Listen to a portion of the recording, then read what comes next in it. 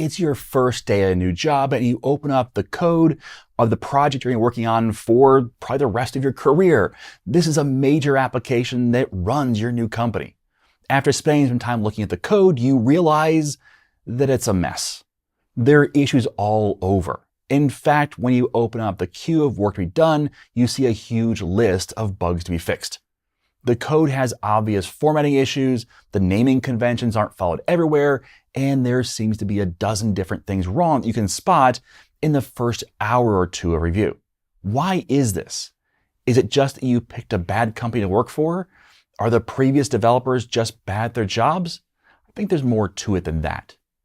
Even though we have solid, dry, and a host of other design patterns and principles to help us write good, clean code, somehow that doesn't seem to translate into long-term production apps of any size. Yes, there are some apps out there that are great, but they seem to be the exception rather than the rule. So in this Dev Questions episode, we're going to talk about why legacy projects are messy and how we can avoid them in both our new projects as well as make our messy projects better.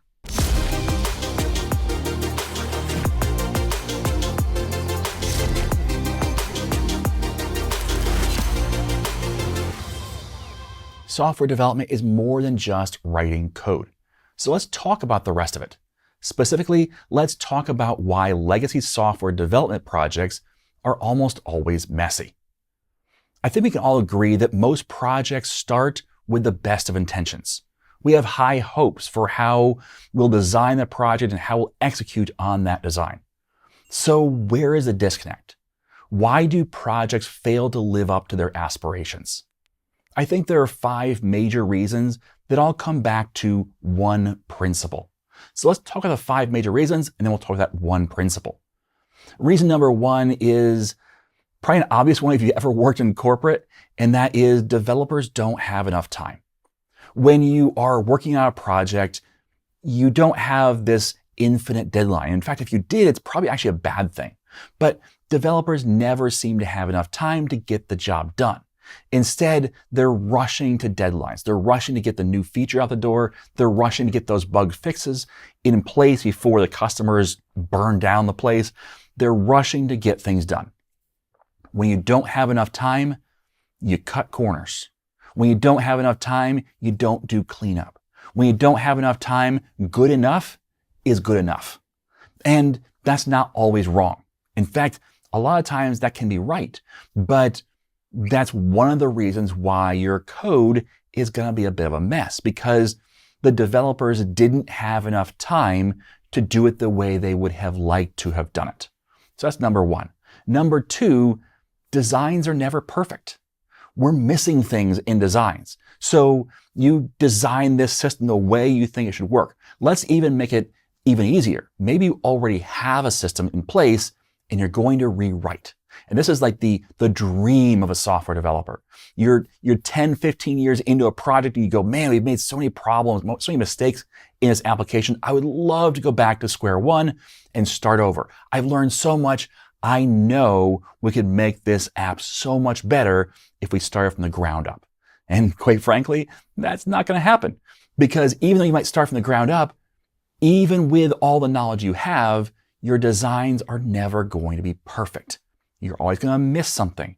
You're always going to forget about something. You're always going to have a new circumstance that changes how the system's going to work, which means that you're going to have to change your code after it's written. And that's where things get really messy.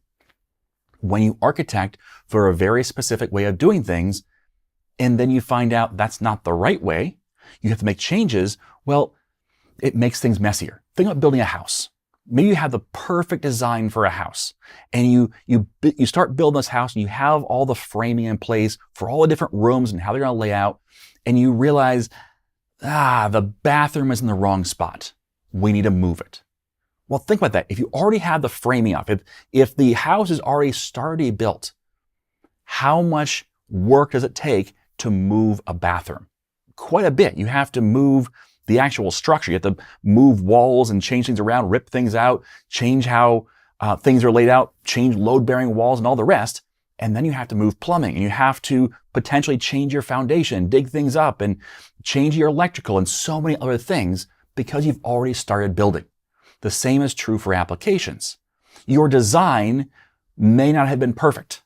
And when you start to build the house, your application, you have things in place, and then you find out, oops, we have to make a change. Well, that means ripping things out and putting things in new places and doing things different ways and overloading things. And now you have methods that are not being used anymore, or partially used, or that have been changed dramatically from what the original thought was. And now things are named improperly, but they work. So many other things come from designs that aren't perfect, because no design ever is.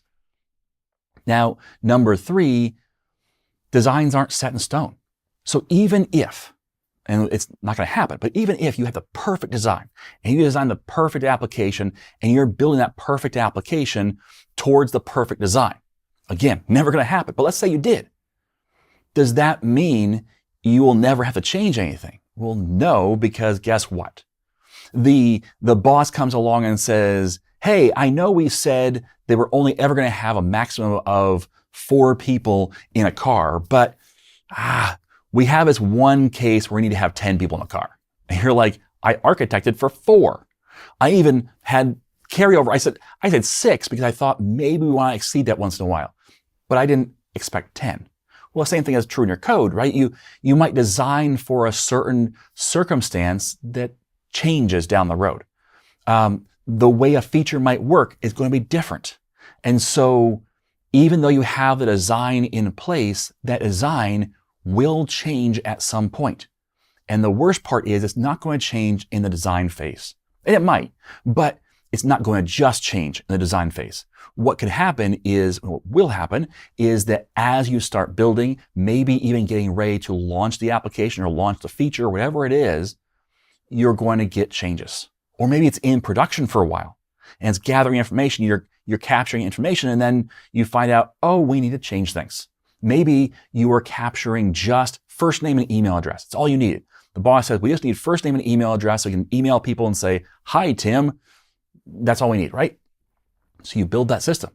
But then a month or a year down the road, the marketing says, we actually need their last name too, so we can start lining up the billing, and we need to make sure that we also capture their country code. Well, okay, that's a change, and you can change the form, but not only is it's not going to backdate all those other forms that have been filled out. So now you have hundreds, thousands, tens of thousands of records with first name and email address, but not country code and not last name. So now you have a messy situation, which means your code will also have to reflect that.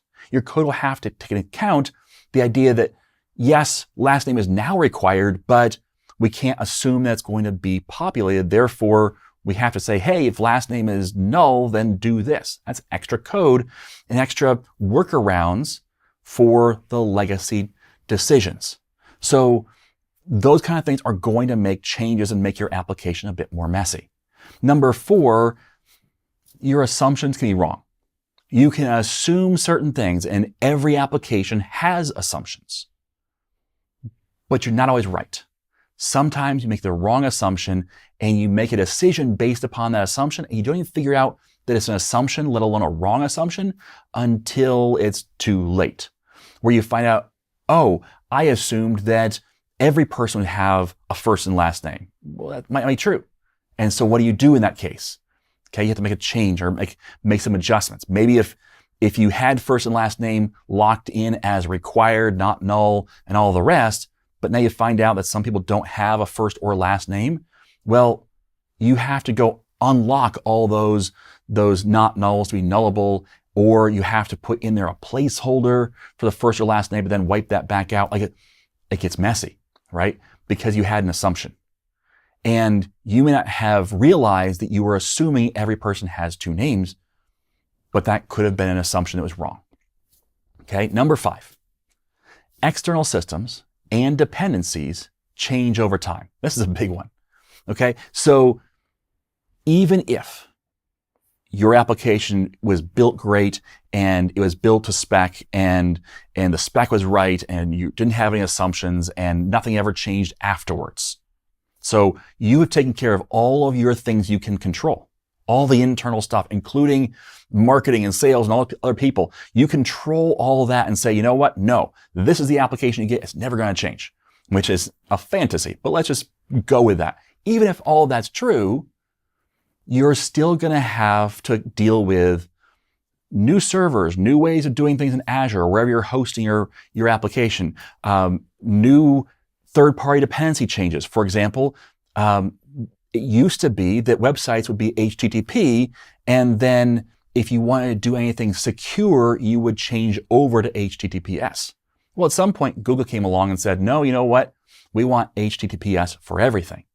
So all the applications that had been built upon using HTTP primarily and just HTTPS for secure transactional things, all of a sudden they had to change, not because of anything they did, but because of an external source. Google said, you're going to do this, and basically forced the rest of the world. Now, it's a good choice, but they forced the rest of the world to change. The same thing is true with Microsoft Silverlight. People love to say, oh, Microsoft abandoned Silverlight. Not quite the story. We got a whole video on that. But what happened was Steve Jobs said, we're not going to allow these third-party applications access to the iPad. And all of a sudden, they took away a lot of the latitude that browser plugins had to make changes and do things on devices. And really the target was Adobe, but the fallout from that also attacked Silverlight. Well, guess what? If you were a Silverlight developer building a Silverlight application, your application may have been perfect, but it doesn't matter. It was killed by circumstances. It was killed by Apple and Steve Jobs, and eventually Microsoft because of that. Now, just to be clear, Microsoft supported that up until 2024. But still, that was something where you didn't have to make any changes. Your system could have been, quote unquote, perfect and never changing, and yet you had to make a big change because the system you depended on, the third-party dependency, changed. So those are the 5 things that I see are the major issues, the major reasons why code bases are messy. Because all these things cause us to change our code, to cause us to hurry up when we are making those changes, to rip things out and put things in new places that we didn't expect to originally, and so many other things. But they all boil down to one principle. And the principle is the real world is messy. If you can grasp that, the concept that the real world is messy, you can go a long way. So are we doomed to always have a messy code base because the real world is messy? Well, yes, but also no. Okay? So you're always going to have areas that are messy. You're always going to have to rip things out and change things and move things around. That's inevitable because the real world is messy. But you don't have to give up on your idea of a clean code base entirely. Just be realistic about it. A rewrite with the knowledge you have now isn't the solution. Because again, it doesn't matter if you have the perfect structure for your design. It doesn't matter if you have the knowledge of all that came before and you know what goes on in your organization. It doesn't matter if right now you know exactly how the application should work, because it's not going to be the same tomorrow or the next day. The third-party dependencies aren't going to be the same tomorrow or the next day. So rewriting the application isn't the solution. Instead, there are things you can do to set yourself up for success now, whether you're just starting out with a new app or whether you are maintaining a legacy application. So let's go over those. Number 1, maintain good coding standards and enforce them. Okay. So when you are setting out to work on a project, whether it is a brand new application, it's, the latest and greatest .NET, and you're starting out with everything clean. It's called a greenfield application. If you're starting there, that's great. Have good coding standards in place and enforced. But if you're in what's called a brownfield application, one where it's existing, it's been around for 6 months or 6 years or 60 years, doesn't really matter, Even there, you need to identify good coding standards and enforce them, even if they have not been enforced previously. So that's number one. Have a plan for what good coding standards look like and make sure you enforce them. And that means things like when you do pull requests, you're probably doing pull requests, right? You're making sure you do code reviews on those pull requests and making sure you're looking over what each other does to make sure you keep up to those standards. Please do that. But when you're doing that, you can have something to look at and say, hey, this doesn't follow that standard. Number two, plan time in the budget for improvements every time you change code. My recommendation here is 10%. So it's not a big thing, but it's something, right? So every time you have a new feature you're going to add or a new bug to fix, put in there 10% of your time is going to be making things better. What I mean by that is, let's say you're going to fix a bug and you know the method to go into to fix this bug, you have it change 5 or 10 lines. And when you change those 5 or 10 lines, maybe you put some good logging in or something else. That's not even what I'm talking about when I say plan time and budget for improvements. What I'm saying is, okay, you put that logging in, but maybe also write a unit test for that method, or write a unit test for that method and put logging in a couple other places in that same class. Okay, so maybe change some naming to make sure it conforms to your standard. Start doing little cleanup things. I like to go to parks in the area. We have small little parks in Texas where it's not very big, but there's a lake there, or there's some trails there, or something like that. And it's always distressing to me when I see people have just poured a bunch of garbage on the ground. Well, that can be overwhelming because there's so much on the ground, and I'm just one person, and I don't want to spend days and days and days cleaning up the park.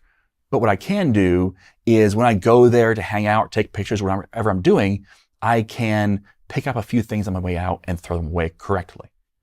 That's not going to solve the entire problem. That's not going to fix the entire park, but it's going to leave it a little better than I found it. It's the Boy Scout principle. So that's number two. Number three is to prioritize good fixes over quick fixes. And this takes management's buy-in. So when you have bugs, especially if they're bugs in production, the overriding thing that's going to drive a lot of these things is speed. Fix this now. You're going to have management from up high saying, I want this fixed now.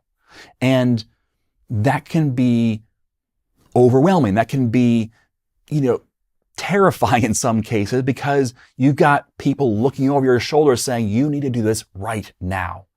And if you're not careful, or if your management doesn't back you, then what you end up doing is doing quick fixes, things that will work. It's a Band-Aid on the problem, but it doesn't really solve the problem entirely, or it's not well-written code, but it's working code. Okay? So what you want to do is prioritizing good fixes over quick fixes. Talk to management, get buy-in. Send them this video and say, watch number 3. It's important. But you want to get these good fixes, not just quick fixes, because when you have a code base full of Band-Aid fixes, eventually it collapses.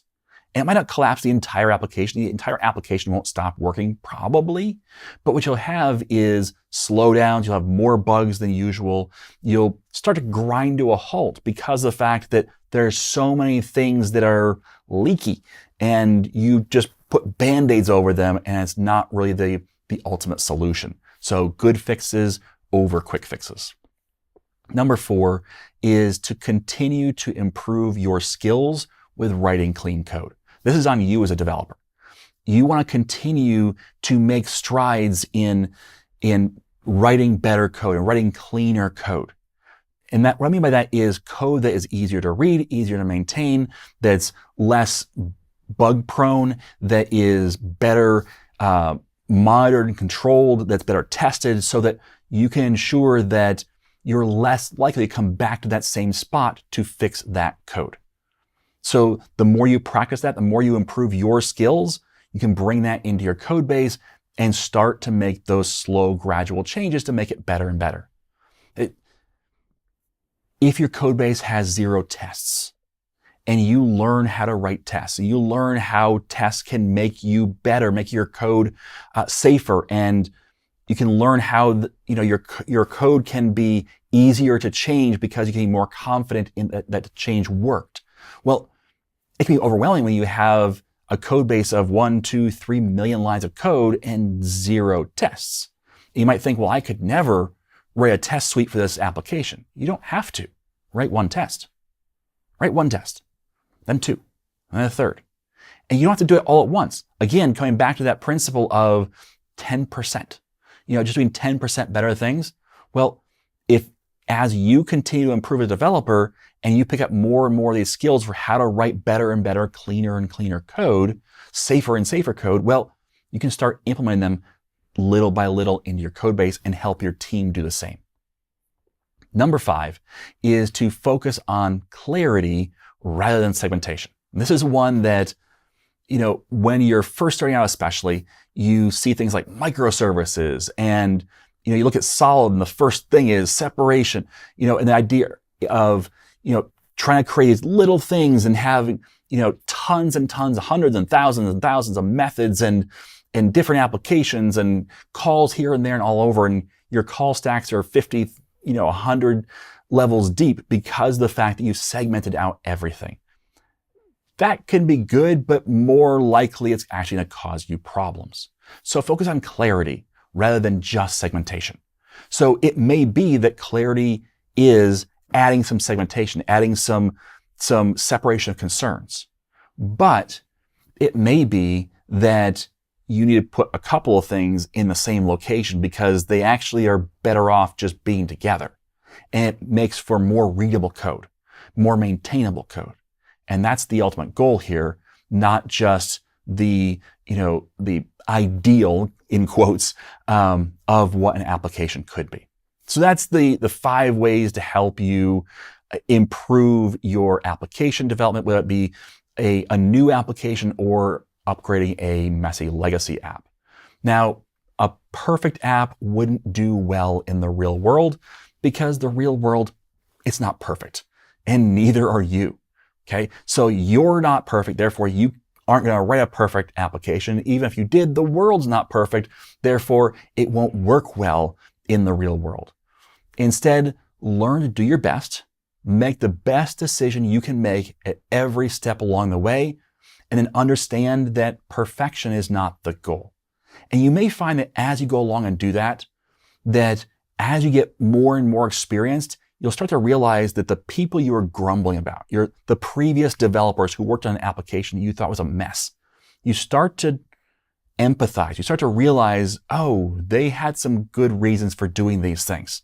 And yes, there can be better ways of doing this, but maybe it's a little too hard on them because I understand now the decision-making process they went through and realize there wasn't a perfect solution and they tried to do the best they could.